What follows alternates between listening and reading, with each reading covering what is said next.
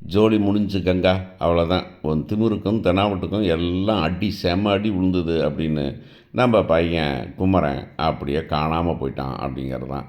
காணாமல் போனதும் இல்லாமல் ஷாக் கொடுக்குற மாதிரி இந்த பொண்ணுக்கு வந்துட்டு ஒரு மொபைல் ஃபோனில் ஒரு ஃபோட்டோ வருது. அந்த ஃபோட்டோவை பார்த்து மயக்கம் போட்டு கீழே விழாதாக்குறது தான் கங்கா அப்படிங்கிறது தான் கதை. திமிருக்கு அடி வேணும்ல அப்படிங்கிற மாதிரி, செஞ்ச தப்புக்கு தண்டனை வேணும்ல அப்படிங்கிற மாதிரி, சும்மா இஷ்டத்துக்கு நான் தான் பெரிய ஆள், நீ எல்லாம் வந்து ஆட்டமே இல்லை அப்படின்னு ஆட்டம் போட்டதுக்கெல்லாம் சேர்த்து வச்சு அடிச்சாம்பார் வச்சாம்பார் ஆப்பு ஆண்டவன் அப்படிங்கிற மாதிரி தான் கங்காவுக்கு நடக்கும் அப்படின்னு நினைக்கிறோம்.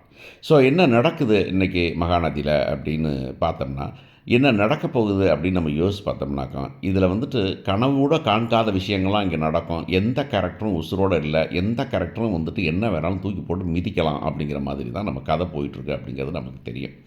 ஸோ என்ன நடக்குது இங்கே அப்படின்னாக்கா, இந்த பையன் வந்துட்டு மிஸ்டர் கிருஷ்ணா ஓரளவுக்கு மனசு திருந்தி வர்ற நேரம் அப்படிங்கிற மாதிரி தான் அவன் வந்துட்டு ஒரு பக்கமாக பாசமாக அந்த குடும்பத்தோடு இருக்கிறான் அப்படிங்கிறத பார்க்குறான். இன்னொன்று, எல்லாருக்குமே தெரிஞ்ச மாதிரி இந்த குடும்பம் வந்துக்கிட்டு ஃப்ராடு குடும்பம் இல்லை. இந்த குடும்பத்தை வந்துட்டு பசுபதி வந்துட்டு உள்ளார பூந்து ஆட்டலாமே தவிர வந்துக்கிட்டு அந்த குடும்பம் வந்துக்கிட்டு நிஜமாகவே வந்துட்டு சரவணன் வந்துட்டு அவர் சந்தானத்தோட குடும்பம் தான் அப்படிங்கிறதுல மாற்றமே இல்லை அப்படிங்கிறத தான் நம்ம கண்டுபிடிக்கிறோம் நம்ம.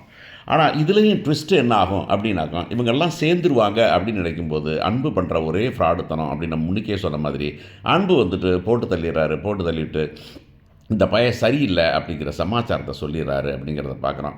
இந்த பக்கம் கங்கா பார்த்திங்கன்னா, கங்கா வந்துக்கிட்டு புருஷனை வந்துட்டு எப்படியாவது பேசிடலாம் அப்படின்னு நினைக்கும்போது கங்காவால் பேச முடியல. கங்கா ஃபோன் பண்ணால் அவர் எடுக்கலை அப்படிங்கிறத பார்த்து, சரி அப்படின்னு சொல்லிட்டு நம்ம மிஸ்டர் விஜய் இருக்கார், விஜய் நிவினை பார்த்து, என்னடா அது அந்த பிள்ளை வந்துட்டு ஃபோன் பண்ணி பேசலான்னு பார்க்குது, ஆனால் பேச முடியல அப்படிங்கிறப்ப, அண்ணன் அவர் சொல்கிறார், விஜய் நான் நினைக்கிறேன் அவர் வந்து என்ன ஆச்சுனே தெரியல, அவர் அந்த இடத்துல எங்கே வேலைக்கு போகிறோம் அங்கே இல்லை அங்கேருந்து கடந்துட்டார், அவர் ஃபோன் எடுக்க மாட்டேங்கிறாரு. உண்மைதான், அவர் ஃபோன் எடுக்கிறதில்லைன்னா என்ன ஆனார் ஏது ஆனாரும் பெரிய மாயமாக போச்சு அப்படின்னு சொல்கிறாங்க. சொன்ன உடனே வந்து சரி நம்ம வந்து நேராக போய் பார்த்துட்டு வந்துடுவோமா அப்படின்னு அவங்க யோசிக்கிற நேரத்தில் போக வேண்டியதில்லை அப்படின்னு, நீங்கள் மலேசியாலாம் போக வேண்டாம், கதை முடிஞ்சு போச்சு அப்படின்னு சொல்கிறது தான் இந்த கதையோட ட்விஸ்ட்டு அப்படின்னு தான் நம்ம நம்புகிறோம் நம்ம. ஸோ இந்த பக்கம் காவேரி வந்துக்கிட்டு கங்காட்டை வந்துட்டு, இங்கே பாரு ஒன்றும் பிரச்சனை இல்லை அப்படின்னு சொல்லி விஜய் சொல்கிற பொய்யை வச்சு சமாளிக்கிறாங்க. ஒன்றும் பிரச்சனை இல்லை, அவர் தான் இருக்கிறார்ல, அவர் பேச முடியல, அங்கே ஃபோன் எடுக்கலை அப்படின்னு ஒரு வளர்ந்த மலேசியாவையும் சிங்கப்பூரையும் வந்துக்கிட்டு ஃபோன் எடுக்கிறதுக்கு சிக்னல் கிடைக்காதுன்னு கதை விடுறதெல்லாம் வந்துக்கிட்டு அந்த கண்ட்ரியை கேவலப்படுத்துகிற மாதிரி தான் இருக்குது.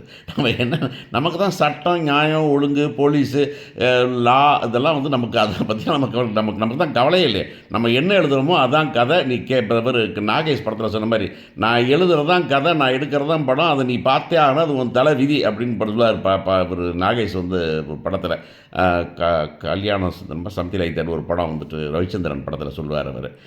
அந்த படத்தில் சொல்கிற மாதிரி இவங்க வந்து அந்த நான் சொல்கிறது தான் கதை, நான் சொல்கிறது தான் லா, நான் சொல்கிறது தான் அது, நான் தான் இங்கே எல்லாமே, நான் சொல்கிறத நீ கேளு, அது உன் தலை விதி அப்படிங்கிறது தான் நம்ம பார்த்துட்ருக்கோம். ஸோ இப்போ மலேசியாவில் வந்துட்டு டவர் கிடைக்க மாட்டேங்குது, அவரால் ஒரு நிமிஷம் பேச முடியல, அங்கே ரொம்ப பிஸியாக இருக்கிறாரு. அவர் வந்துட்டு 14 மணி நேரம் வேலை வாங்குவாங்க, கொண்டே விடுவாங்க எல்லோரும் சொல்லிட்டு வேலை வாங்குவாங்க, அதனால் வந்து கிடைக்காது அப்படின்னு சொல்கிறதெல்லாம் வந்துட்டு தலையில் மிளகா அரைக்கிறது அப்படின்னு சொல்லுவோம்ல, அதுதான் இப்போ. ஸோ அப்படி மிளகா அரைச்சிட்டு போகும்போது இந்த பொண்ணு வந்துட்டு இல்லை அவர் என்கிட்ட பேசலை, ஏதோ ப்ராப்ளம் இருக்குது அப்படின்னு இந்த பொண்ணு பேசிகிட்டு இருக்குது. இந்த பக்கம் பார்த்திங்கன்னா வந்துட்டு அன்பும் பசுபதியும் மீட் பண்ணுறாங்க. மீட் பண்ணி பசுபதி சொல்கிறாரு, அன்பு இந்த குடும்பத்தை ஒன்று சேர்ந்த வச்சிடாத, அது பெரிய ப்ராப்ளம் ஆயிரும், அதனால் நீ ஏதாச்சும் பண்ணி அதை உருட்டு கட்டு போட்டுவிட்டு மாவு கட்டு போட்ட மாதிரி எல்லாமே அடிச்சுட்டு கிடக்கட்டும் அப்படின்னு சொல்கிறாரு. சரி இன்னமும் வந்து ஏன் விஜய் வந்துட்டு இந்த பையனை வச்சுக்கிட்டு இருக்காரு கிருஷ்ணாவை அப்படின்னு நினச்சிக்கிட்டு இருக்கும்போது அன்பு போட்டுக்கிறாரு, இப்படி அந்த பொண்ணை வந்துட்டு நம்ம நர்மதாவை தொட்டு பேசுகிறான் அப்படின்னு சொன்ன உடனே அவரும் போயிட்டு அதை பார்க்காமையே போய், என்ன தொட்டு பேசுகிற, வயசுக்கு வந்த பிள்ளை, அந்த பிள்ளையை போய் தொட்டு பேசுறியா அப்படின்னு பேசும்போது விஜயோட அந்த அந்த மனசு, நல்ல மனசு, நியாயம், நேர்மை அதெல்லாமே கொஷினுக்கு ஆயிடுது. அங்கே வந்து சொன்ன உடனே இந்த அம்மா ஏற்கனவே வந்துக்கிட்டு நம்ம இப்போ ராதாக்கிட்ட வம்பிழுத்ததுனால, ராதா சொன்னதை கேட்காதனால, இல்லை ராதா சொல்கிறத கேட்டுக்கிட்டு நம்ம முத்துமலர் வந்துக்கிட்டு சிந்துவை அரைஞ்சிடறாங்கன்னு பார்த்தாக்கா, இந்த பக்கமாக வந்துக்கிட்டு நம்ம சாரதா வந்துக்கிட்டு, இங்கே பாரு உன் பையன் என்ன மனுஷன் அவன்லாம் வந்துட்டு, அவன் தங்கச்சி இந்த பிள்ளை, அவன் தங்கச்சிக்கு சிந்துவுக்கு என்ன, சிந்துவு தங்கச்சின்னா இதுவும் தங்கச்சி தானே, அவன் வந்துட்டு சந்தானத்துக்கு பிறந்து தானே, அப்படி இருக்கவன் வந்துக்கிட்டு எப்படி வந்து என் பிள்ளையை தப்பாக தொட்டு பேசலாம் அப்படிங்கும்போது சாரதாங்கிற கேரக்டருக்கும் பக்கம் வந்துட்டு தூக்கு போட்டு தொங்கிடுது அப்படின்னு பார்க்குறோம். இந்த தூக்கு போட்டு தொங்குனதை பார்த்த உடனே நம்ம முத்துமலர் வந்துக்கிட்டு, ஏன்டா அப்படியும் மனுஷனாடா நீ, அறிவில்லை உனக்கு, அடித்து ஒன்று விட்றேன், போடா எங்கேயோ போடா, நீ என் மூஞ்சியில முடிக்காத, உனக்கு எனக்கு சம்மந்தமே இல்லை, அப்படிப்பட்ட பயலா நீயே அப்படின்னு பேசும்போது, பெத்த பிள்ளை யாருன்னு தெரியாமல் முத்துமலர் அந்த பக்கமாக இன்னொரு மூலையில் தூக்கு போட்டு தொங்குறாங்க அப்படின்னு தான். ஸோ எல்லாரும் தூக்கு போட்டு தொங்குனா அந்த கதை எங்கே போகிறதுனாக்கா, அது கதை அது பாட்டில் போகும், அவ்வளோ ஒன்றும் பிரச்சனை இல்லை அப்படிங்கிறாங்க. விஜய் வந்துட்டு கங்கா எல்லாத்தையும் கூட்டு வச்சு சொல்கிறாரு, இங்கே பாருங்கள், நீங்கள் ஒன்றும் யாரும் கவலைப்படாதீங்க, ஒன்றும் பிரச்சனை இல்லை, நான் பார்த்துக்கிறேன் அப்படின்னு. அப்போ கூட கொஷின் என்னன்னாக்கா, அப்படி சரி நர்மதாவை தப்பாக தொட்டான் அப்படின்னு நீ நம்பினாக்கா, அந்த வீட்டில் அவனை வச்சுருக்கலாமா? நீ இத்தனை பொம்பளை இருக்கிற வீட்டில் அவனை வச்சுக்கலாமா? அவனை விரட்டி விடும்ல, அது விரட்டி விட மாட்டார், விரட்டி விட்டு அவன் போக மாட்டேன் அப்படின்னு சொல்லுவான், அப்போவும் மனங்கட்டவன் அப்படிங்கிறதுனால போக விடாமல் பண்ணிட்டாங்க. இந்த நேரத்தில் முத்து நம்ம நம்ம நம்ம நம்ம இப்போ கங்காவுக்கு ஒரு மெசேஜ் வருது. உடனே மெசேஜை ஓப்பன் பண்ணுறாங்க. ஓப்பன் பண்ணி பார்த்து ஷாக் ஆகி கதறிடுறாங்க. என்னடா கதறாங்க அப்படின்னு பார்த்தாக்கா, அங்கே தான் இருக்குது ட்விஸ்ட்டு. அவர் என்ன பண்ணுறாரு வந்துட்டு, நம்ம பசுபதியும் அன்பும் பேசி, சரி இப்போ வந்துட்டு அந்த கங்காங்கிறவன்னா அவன் குமரன் வரான்னு நினச்சிட்டு இருக்காளா, அவன் தான் வரமாட்டி ஃபோன் எடுக்க மாட்டேங்கிறானா, ஆமாம் ஃபோன் எடுக்க மாட்டேங்கிறானா, பேச மாட்டேங்கிறானா, எங்கே இருக்கான்னு தெரியல போல இருக்குது அப்படின்னு ஒன்று, சரி விடு நான் ஏற்பாடு பண்ணுறேன் அப்படின்னு சொல்கிறாரு. இந்த பக்கம் பார்த்தீங்கன்னா இந்த பொண்ணு ஃபோனை பார்த்துக்கிட்டே இருக்குது. பார்த்துட்டு கதறி அழுவுது.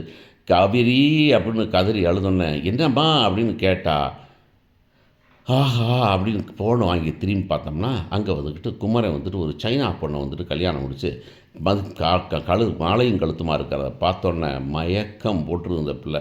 உடனே காவேரி வந்துக்கிட்டு எக்கா எக்கா இருக்கா அப்படின்னு சொல்லிட்டு பார்த்துட்டு அந்த பொண்ணை தட்டி எழுப்பி, என்ன நடக்குது ஏது நடக்குது அப்படின்னு கேட்டால், விஜய் வந்து பார்த்தோன்னே, இங்கே பாருங்கள் அப்படின்னு காமிச்சாக்கான். ஐயையோ குடி முழுகி போச்சே அப்படின்னு சாரதா ப்ரூவ் பண்ணிட்டானே அவங்க தாத்தா, அவங்க அப்பன், அவங்க இந்த மாமன் எல்லாம் அந்த குடும்பத்தில் எல்லா ஆம்பளைகளுக்கும் ஒரு பொண்ணை முடிச்சா முடிக்காது, ரெண்டாவது கல்யாணம் முடிச்சே ஆகணுங்கிறத இந்த குமரனும் ப்ரூவ் பண்ணிட்டாப்லையே அப்படின்னு கங்கா வந்துக்கிட்டு, ஐயோ இப்படி மோசம் போயிட்டேனே நான் அப்படின்னு சொல்ல, உடனே வந்துக்கிட்டு நம்ம காவேரி வந்துக்கிட்டு, எக்கா இருக்கிற பொண்ணு அப்படிலாம் மாமா பண்ணுறாருல்ல, மாமா நல்லவர்னா பாரு, கண்ணு முன்னாடி பாரு, கரெக்டாக சைனாக்காரியை கல்யாணம் முடிச்சிருக்காரு, இந்த ஆள் அதுக்கு தாண்டி இங்கே ஊரை விட்டு போனது அவர், அந்த ஆளுக்கு நம்ம கூட இருக்கவே பிடிக்கலடி, அப்படி போயிட்டாண்டி அப்படின்னு உடனே வந்துக்கிட்டு அவங்க அம்மா வராங்க அங்கேருந்து. அவங்க அம்மா வந்துக்கிட்டு, குமரன் அம்மா வந்துக்கிட்டு, எல்லாம் சேர்ந்து என் மகனை கடத்திப்பிட்டு, அவன் வந்து அப்படி போய் மலேசியாவில் போய் ஒரு சைனா பிள்ளையை கல்யாணம் முடிச்சிருக்கானா, அவனை என்ன பாடுபடுத்தினடி நீ கங்கா, அந்த அன்னைக்கு மனசு உடஞ்சி போனவன் தான்,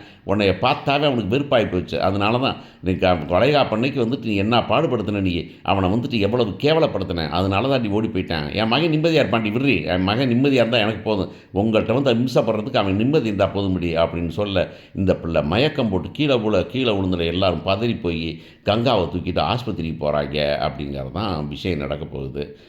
அந்த பக்கமாக இது ஆஸ்பத்திரி வந்து அன்பும் பசுபதியும் பேசும்போது அன்பு சொல்கிறாரு, நினச்ச மாதிரி நடந்துருச்சு, ஆஸ்பத்திரிக்கு போயாச்சு கங்கா, பிள்ளையே இருக்குமா இருக்காத கலைஞ்சு போயிருமான்னு தெரியல அப்படின்னு பேச, வேணுடி காவேரி எப்படி இருக்காரு, இந்த ஷாக்கில் அவளுக்கு என்னமா அது ஆகணும், அப்போ தான் நான் நிம்மதியாக இருக்கலாம் அப்படின்னு சொல்லிட்டு பசுபதி பேச, அன்பு வந்துக்கிட்டு, அந்த பிரச்சனையை நான் பார்த்துக்கிறேன், இப்போ அவளும் நிம்மதியாக இருக்கக்கூடாது, அவள் நிம்மதியாக இருந்தானாக்க நான் இந்த வீட்டில் நிம்மதியாக இருக்க முடியாது அப்படின்னு சொல்ல, உடனே வந்துக்கிட்டு பசுபதி சொல்கிறார், நான் உனக்கு ஒரு ஐடியா சொல்லித்தானே, அதை பார்த்து நீ வந்துக்கிட்டு அந்த பிள்ளை நிம்மதியை கெடுத்துரு நீ அப்படின்னு சொல்கிறாரு.